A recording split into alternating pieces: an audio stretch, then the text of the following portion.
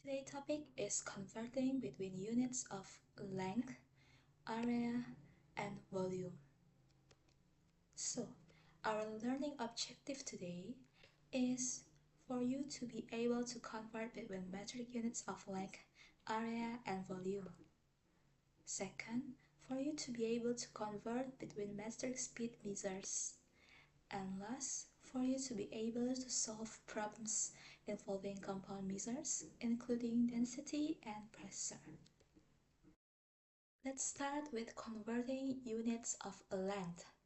The units that you need to be comfortable converting to and from are kilometers, meters, centimeters, and millimeters.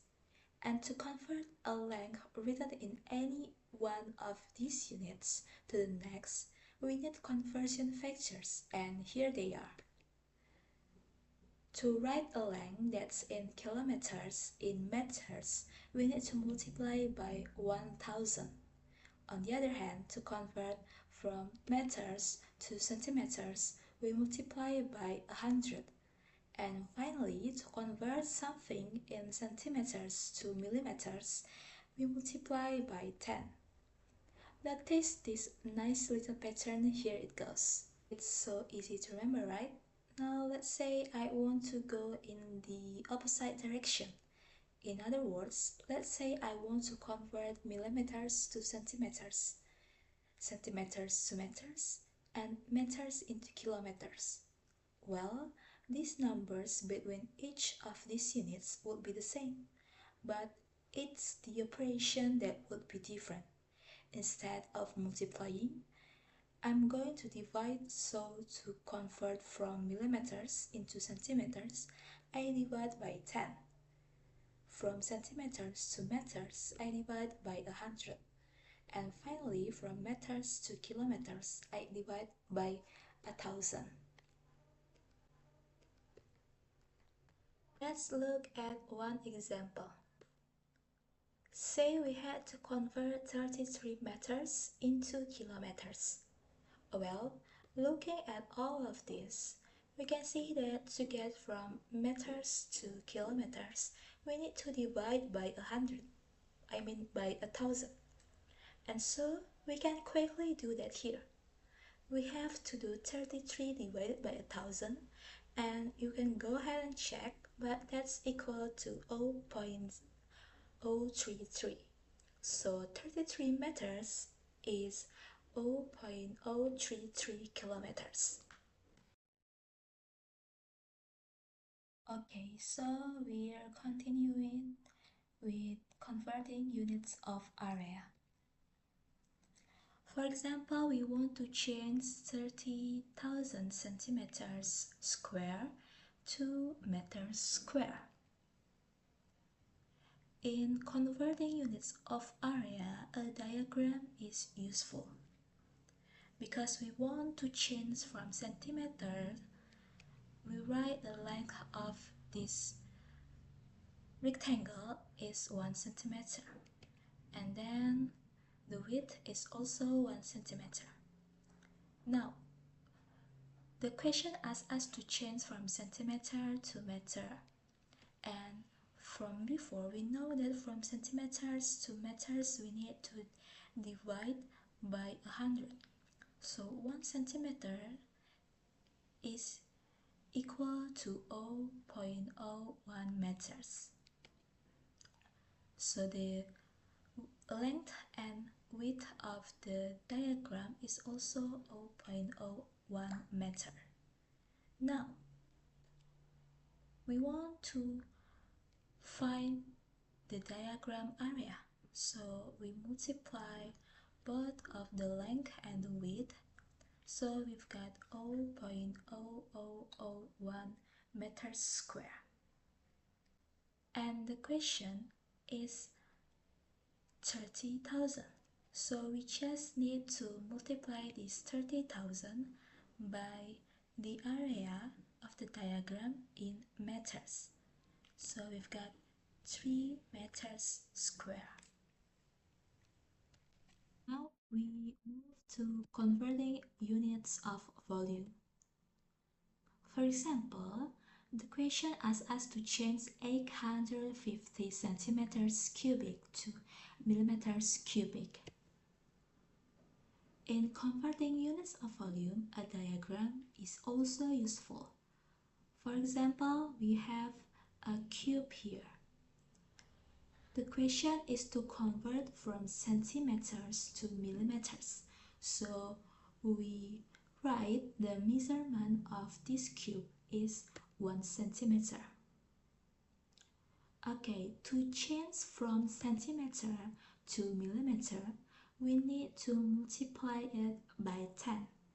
So 1 centimeter equals to 10 millimeters. And the measure of the cube we have here is also 10 millimeters. Now, because the question is to convert in units of volume, so we need to calculate the volume of this cube. So we've got 1000 millimeters cubic. And the question is 850.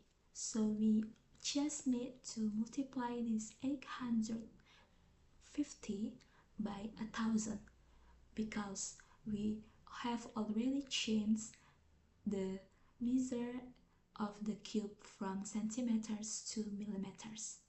So 850 centimeters cubic is equals to 850,000 millimeters cubic. Compound measures are measures which are found from two other measures. The most common compound measures studied in GCSE maths are speed, density, and pressure. To calculate the value of a compound measure, we need to know the value and the units of the other two measures. Speed is a compound measure made by from dividing a unit of distance by a unit of time. Speed is therefore a measure of how much an object has traveled over a certain time period. Common units for speed include meters per second and kilometers per hour. To calculate the speed of an object, we use the speed formula. Speed equals to distance over time. This can be written as a formula triangle. Okay, so the second compound measure is density. Density is a compound measure made from dividing a unit of mass by a unit of volume. Density is a measure of how much matter there is in a certain volume. Common units for density include grams per centimeters cubic or kilograms per meter cubic. To calculate the density of an object, we use the density formula. Density equals to mass over volume. This can be also written as a formula triangle. And the third compound measures that we need to study is pressure. Pressure is a compound measure made from dividing a unit of force by a unit of area. Pressure is therefore defined as the force per unit area.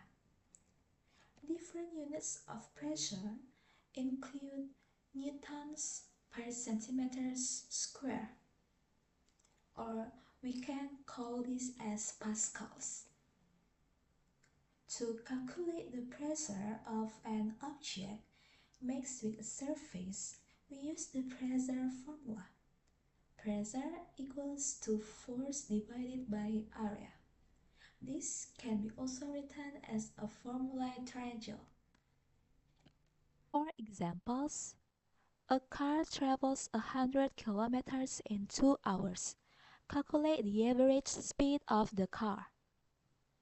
So, from the formula before, we've got speed equals to distance over time.